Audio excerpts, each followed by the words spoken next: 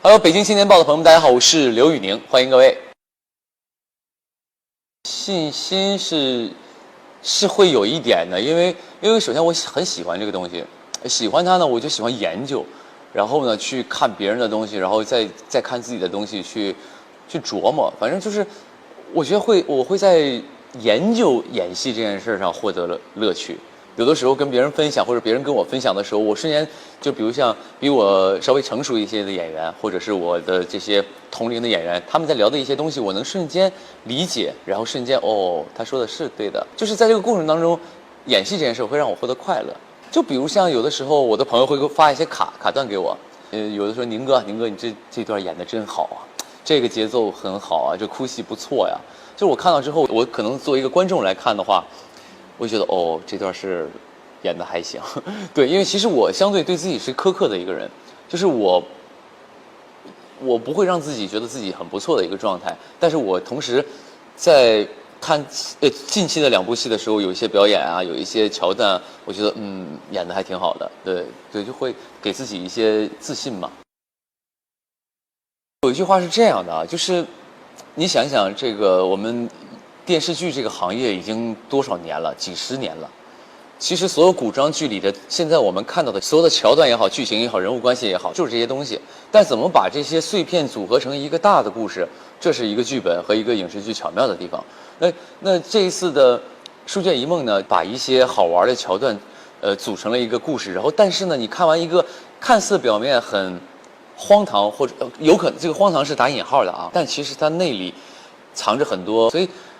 而且在整个表演过程当中，很多有一些搞笑的桥段啊、夸张的桥段啊，可能是我平时不会演到的桥段，在我去饰演的时候，都会让我很开心，就是很多我的这些影迷朋友们在网上评论说，这个戏让刘宇宁演爽了，因为演了好多种人物性格，好多种状态，我还真的演得很爽，对。首先，其实前期的话，大家可能就是其实无论大众也好，或者包括制作方也好，他对我的印象就是个歌手嘛，对，所以呢，基本我的工作都是跟我合作一回，他回头还来找我，因为他在很多人没有跟我合作过之前呢，你演戏可能人对你没有一个安全感，或者说，而且那个时候也没有作品在上嘛，所以。就只能是演这么一些这个熟悉的人找来的项目。那像您说的那个什么悬疑剧为什么不拍？其实，在前期的时候我是收不到这样的本子的，这是第一。对，第二呢，现在是有了，也有在看的嘛。如果像您说的那个悬疑剧，它真的可以很深入的进入那个角色的时候，那可能观众会觉得，这不是刘宇宁，这就是那个角色。对，那样的还好，就是特殊题材的还好。当然，我要演的时候，我也会考虑市场这件事儿的，是一定的。因为我本身就是一个从网络上出来的人，所以我会随时去搜罗这些网络上对我的评价和期待和他们的禁忌点，我会根据这个，或者是其他人对市场的理解，或者大家喜欢什么，其实也是我去接戏也好看剧本也好的一个要素。我很幸运的是，我每一个角色身上都有一些我的，影子，就是哪怕共同经历或者心理状态，比如像那个宁远舟，当然我没有宁远舟那么优秀了啊，只是说他心里是一个有大爱，然后想要去做很多这个很棒的事儿，然后为国为民的事儿，然后但是呢，他又觉得可能因为有一些力量去阻止他，让他郁郁不得志。我可能就是我想要做一个很棒的一个歌手，然后但是总有声音告诉我，你不配，你不行，你不可以，那个之类的。然后那我就，你知道吧，就会感受到他那种不被认可或者被误会的一个状态。那包括最近的这个《书剑一梦》嘛，《书剑一梦》也是南恒那个角色，就是世人都说他是杀神，但其实他是最善良的那个人。然后因为有很多台词我都很共鸣，就是怎么说呢？就是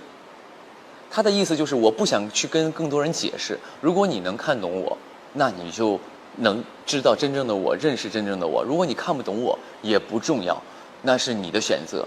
对，所以他们很多在人生态度上，还有这个处理事情的态度上，跟我就有一些是很相似的。所以我在演那种桥段的时候，我很有共鸣。当然是前者，对，就是因为经历。因为你的人生经历去丰富了你的角色，我觉得是这样的，或者是通过你的人生经历去能更快的进入角色，理解角色，理解他的想法，这是很重要的。我觉得在有一些处理角色的时候，我就会调用以前经历的事情，带入到角色里，这样会增加这个我的认为啊，可能我说的不对啊，我会觉得会增加这个角色的一个真实感，啊，一个我要演的不是一个角色，我要演的是一个人。我觉得最近反正我长功的地方，我觉得是节奏吧。因为表演节奏这件事很重要。我会去看一些特别棒的演员，老戏骨，去看他们演戏，你会发现他们的表演节奏是什么样的，然后你会发现跟你有很大的一个区别。所以呢，我就尽量的去摸索他们的节奏。其实它跟音乐是相通的，音乐也有节奏，音乐有起承转合嘛。你不能上来，打个比方，一场戏，就像演戏一样，一场戏，3分钟的戏，你上来就哇哇哇哇哇哇哇哇哇哇哇哇哇哇哇到结束，那不行。或者是你上来就一直梆梆梆梆梆梆梆梆梆梆到结束，也是难看的。所以节奏就是开场，你可以去设计，你可以开始哇哇哇哇哇哇哇哇，跟唱歌一样，你可以用副歌去开场，我只愿朝着光，哒哒哒哒哒哒，然后到后面，哒哒哒哒哒哒哒哒哒，然后再到这个副歌。所以它就是演戏也一样，你上来可以猛，然后但是你要落下来，落下你要再上来，上来之后你要到一个点之后，你要戛然而止或怎么样都可以处理。它其实演戏也是有表演节奏的，所以我觉得，其实，在唱歌上对我表演也有很多的帮助，就是我知道节奏是什么，然后也很快的能够去 get。我觉得最近这个会稍微长了一点功，我觉得还挺开心的。对，我觉得我要努力的是其实是，肢体上的东西，我觉得我是欠缺的。你去看那些比较棒的老戏骨，他是用这个手去画他的表演的连贯性，然后包括台词的连贯性，就他们很厉害的。这个是我最近要去努力学习的点。说实话没敢想，对，我不敢想，我说哎呦，我演个角色，我要教会各位什么，或者是给各位提一个什么人生建议，这个是我不敢想的。但是可能最简单的就是让大家获得快乐嘛，就是你看这部剧的时候，你闲暇时间，你比如说你上了一天班，回家吃饭的时候，你把我演的剧打开之后，你能获得欢乐也好，或者是感动，或者是难过，或者是哀伤，因为我觉得人是需要多种情绪，在心里的，这样你会变得很感性，你会发现世界的很多美好，你会感受到更多。对，所以我可能就是给大家带来一点一点点感受，让你变得更加的感性，就是哪怕是快乐也好，悲伤也好，难过也好，或者是共情也好，对，这就是我的一点小小的期许了啊。谁都有尴尬的时候，那怎么样让自己不尴尬，让自己保持松弛呢？那就是把自己的字典里的“尴尬”2个字划掉嘛。就是任何时候你都不要觉得尴尬，都要去不要让冷场，不要让大家难堪，这是我内心对自己一个要求。那松弛感，其实我开始的时候也不会松弛，到哪儿都唯唯诺诺的。后来就是可能也是随着工作时间的增长吧，你的那个自信啊，或者是这种打开自己的那种状态啊，就慢慢就起来了嘛，所以就会越来越松弛。我开始的时候我不喜欢跟人打交道，我特别不喜欢跟人说话，因为我不知道说什么，也不会沟通，也不知道我说的话别人开不开心，喜不喜欢，爱不爱听。但我尝试的不停让自己去训练这件事儿以后，我就掌握了。但是我觉得归根结底还是要怎么会松弛？就是如果你太顾及别人，你就不会松弛；你顾及这个环境，你顾及所有的一切，你顾及太多，你就不会松弛，你就会紧绷。因为这个你会对自我要求，那个对自我要求，所以呢，就是放下这个顾忌，那是什么呢？就爱自己，自己最重要。因为你活一生，我不能教大家说怎么活啊，但是你活的人生，你首先要爱的人是你自己。这个爱呢，不是说单纯的给自己买好衣服，或者是给自己吃好吃的，这不是真正的爱。真正的爱是我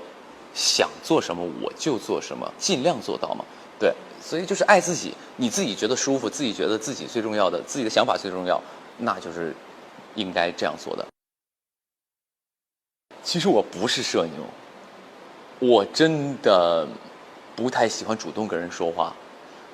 对，就是你可能大家觉得我在直播上可以侃侃而谈，因为那个空间对于我来说其实是相对封闭的，没有人，我看到的都是我脑子里想象的那些人。因为他们都通过文字跟我交流嘛，比如说宁哥，你今天这个唱歌真好听啊，今天这个发型这个做的不太好，今天这个衣服穿的跟娃娃菜似的，对，他们每一个发言都是在我脑子里幻想出来那个人，但那个人他的画像在我脑子里他是友善的，所以我面对友善的人的时候，或者是我觉得他是那样的人的时候，我就愿意跟他去交流。但真正让我在社会上去看到一个陌生人去跟人交流，我未必有那么的牛。对，也是这样的。对，可能包括在一些综艺节目上，大家觉得，哎，好像，那个刘宇宁还挺松弛的，挺放松的。那其实是需要自己调整的，也是需要调整的。而且，是这些同场的嘉宾是让我可以松弛的人，我才会松弛。我也是看看环境的嘛。对对对，其实我说白了，我其实没想那么多。就是因为我刚开始从网络上可能突然间啊，有些声量了，拥有了一批这个歌迷朋友们，然后呢，那个时候我就是因为我从小就是想当明星，从小就想当明星，就想当明星，然后呢，终于有机会当明星了，就是说明星其实是一个概论嘛，其实有机会当歌手发单曲搞演唱会的时候，那个时候就会觉得不管。我就要往前冲，因为我刚出道的那个时候特别没有安全感，我不知道我到哪天就可能戛然而止了，我就可能销声匿迹了，大家也不喜欢我了，我也没有机会唱歌给大家听或怎么样了。对，所以那个时候不想那么多，就是来工作，这个工作我喜欢，我觉得认可它我就干，然后只要是它对我发展有帮助，我都要去。所以在每一个选择节点的时候，我觉得都选对了。都选对了，而且包括有的时候，比如说我从歌手转到演员的时候，那一定会有一些不适应、痛苦，然后又需要自己再让自己更加紧绷的那个状态的时候，其实是压力挺大的。对，但是就是后来也是要自己调整嘛，给自己调整，告诉自己，你既然想要这个，其实我觉得就是像倪萍老师跟我说过一句话，你想吃这碗饭，你就不能吃那碗饭。就你想要这个，你就得承受这个东西嘛。所以就是我就不断的给自己洗脑也好，自我鼓励也好，就让我一路坚持到现在嘛。对。首先我很喜欢现在的状态，因为我是一直都是这样，没有工作我会恐慌的一个人，休息3天以上，我会觉得这个世界不需要我了。当然我也没那么被需要啊，只是说我想要被别人需要，就是我。打个比方，我3天没工作，那我一定要开场直播，让我的粉丝看到我还在这个行业混。对，其实就是患得患失，其实那个感受是很重的。对，因为这个行业无论任何行业都一样，就是都是逆水行舟，不进则退。你不拼命的往前跑，那就是后退；你站在原地，一定是往后退的。所以你哪怕拼命的跑，你也未必能前进的。所以就是不敢让自己松懈嘛。那天我真的想过这个问题。就是很多人也说，哎呀，那个你看宁哥啊，这个天天要不这个录综艺，要不这个演唱会，要不拍戏，要不剧宣，要不直播，要不录 OST， 对吧？要不做歌，你没有生活了。但其实我想明白了一件事儿，就是工作就是我的生活呀。对啊，工作就是我的生活，我的生活就是工作。我如果没有工作了，我就不是生活，那叫混。我是接受不了这件事儿了，对，那叫贪，那叫那个贪啊，对对，我就会觉得不可以的，就我觉得我已经接受这件事儿了，生活就是工作，现在我做采访也是我的生活，当下先做好自己的本职工作，然后可能对，就是把我本职工作做好，就是往前跑，因为我不知道我最终能去到哪儿。我就像您说的，哎，最近好像很多事儿啊，比如演唱会也好，剧也在播，对，我就希望我自己永远是这样的状态，就像大家都在往山上爬嘛，爬到山坡上才能看到更好的风景嘛。那我现在也是在上山的状态嘛，可能我上到了这个2/3的山的时候，我爬不动了，或者我不想爬了，那这里的风景一定比1/3的风景好嘛，对，所以我就当下就是往上爬嘛。那可能后面再说的话。将来的规划可能要做事儿吧，就是我是喜欢找一群志同道合的朋友去做一个事儿，把这个事儿做成，在过程当中我会获得快乐，在结果的时候如果有好的结果，我依旧会获得快乐。我是需要一个时常给自己成就感的一个人，就是我做这件事儿做成了，我就哇，我好棒，我真棒。虽然那个成就感是短暂的，那个快乐也是短暂的，对，就是我会觉得我好棒，我做这件事有意义，我会就是需要成就感的一个人。最大的原因要感谢这些角色吧，演员啊，你一定要感谢自己的角色，因为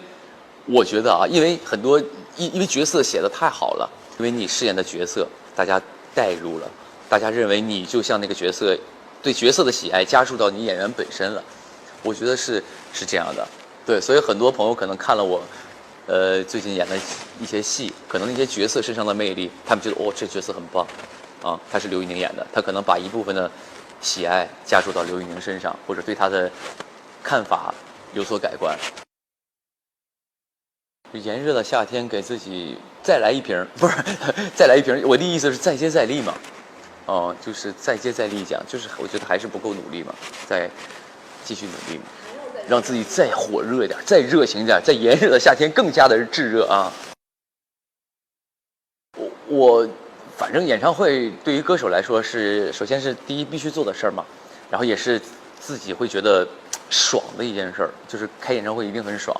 那我想说，我的对我自己的要求就是一定要让每一个来看我演唱会的人